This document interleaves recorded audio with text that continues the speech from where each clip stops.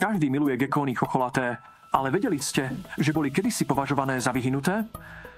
Cresties pochádzajú z Novej Kaledónie, malej skupiny ostrovov v južnom Tichom oceáne. Druh bol oficiálne objavený vedcami v roku 1866, ale keď nikto nevidel ďalšieho Crestyho v nasledujúcich 100 rokoch, všetci predpokladali, že tento krásny gekón vyhynul.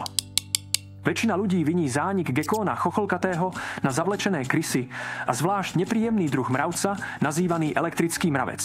Ale potom, v roku 1994, skupina herpetológov navštívila Novú Kaledóniu po rozpútanej búrke, ktorá zúrila na ostrovoch.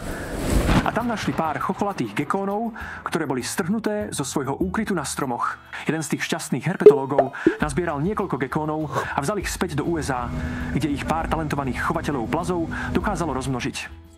Dnes sú chocholaté gekóny považované za ľahko chovateľné a rozmnožiteľné a sú jedným z najpopulárnejších domácich plazov na svete, prinášajúc radosť miliónom ľudí. Elektrický mravec stále spôsobuje problémy gekónom chocholatým v Novej Kaledónii a ich divoké populácie sú každým rokom považované za klesajúce. Takže je stále dosť možné, že Cresties môžu ešte vo voľnej prírode vyhynúť. Našťastie, tieto úžasné jašterice sú teraz chované v obrovských počtoch súkromnými chovateľmi, ktorí týmto v podstate zachránili tento druh pred vyhynutím.